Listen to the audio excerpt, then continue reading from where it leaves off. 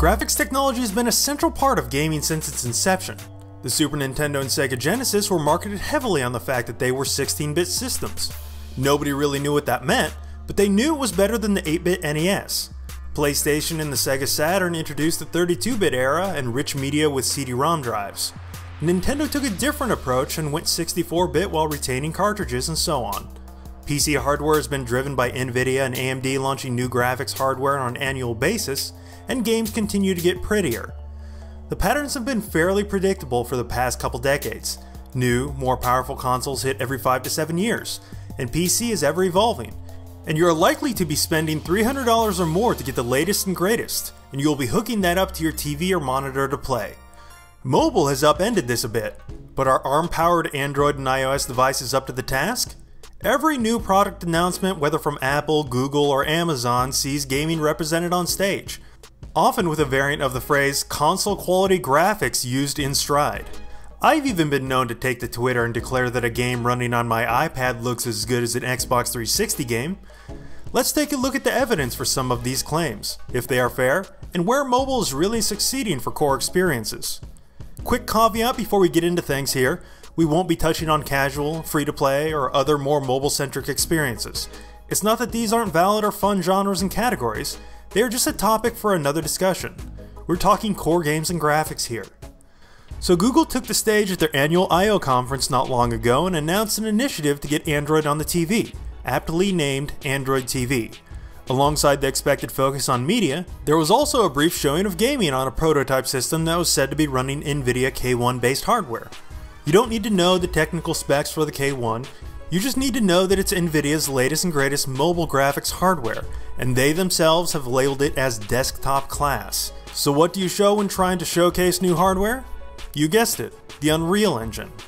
A demo showing some impressive graphics powered by the Unreal 4 engine was shown on stage for the forthcoming Android TV boxes. Epic's engine in the form of Infinity Blade has shown up at many Apple keynotes, and it will likely happen again. These demos are often impressive, but are they truly console quality? Well, yes and no. These demos can look amazing, and at times better than the Xbox 360 and PlayStation 3 generation of console hardware. Yes, I'm saying it again, but there are huge caveats here. Rarely are they complex games like we are used to on the console side. I would argue that simply in fluidity, resolution, texture quality, and modeling, Infinity Blade can, and at times does, look better than something like Gears of War. But guess what? It's not really a fair comparison. Gears of War has a lot more going on. It's a modern, complex game with artificial intelligence, tons of systems for world traversal, shooting, and complex cutscenes.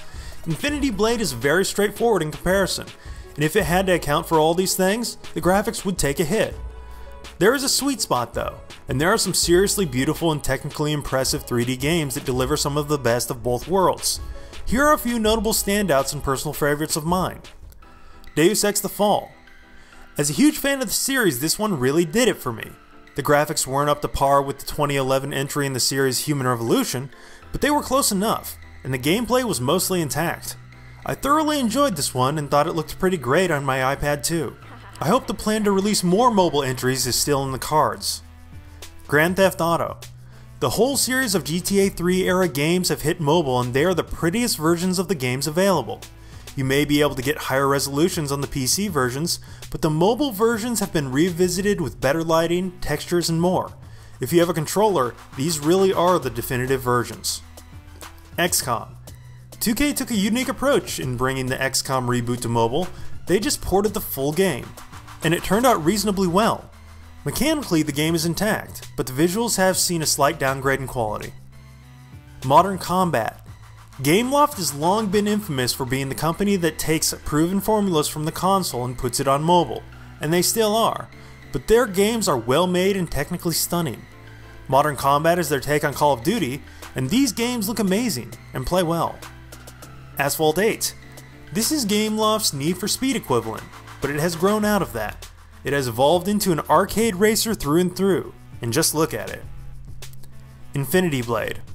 What really needs to be said here? You know it. It's Infinity Blade, and it looks good. Looking at some of the most technically impressive games on mobile at the moment seems to answer the question of whether mobile really is console quality, and the answer is a resounding no. But the games look good, sometimes great, and occasionally even amazing. There is no disputing that the pace of technological progression in the mobile space is extremely quick. The Amazon Fire TV and Google's upcoming Android TV boxes may not quite be up to current console quality, and frankly they never will be as long as the consoles are still around, but they are pretty impressive.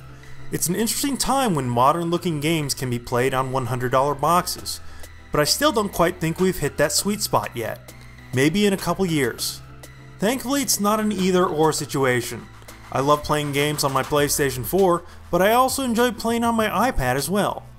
I'll take a Deus Ex The Fall any day in between true, huge budget releases in the franchise. I love this approach, and I hope we see more developers going this route. Have some thoughts on the mobile gaming space or a game that deserves a shout out? By all means, share them in the comments. I've been Jonathan Downin for Fish Tuxedo. If you're feeling generous, hit that like button and share this video on your social network of choice. Later.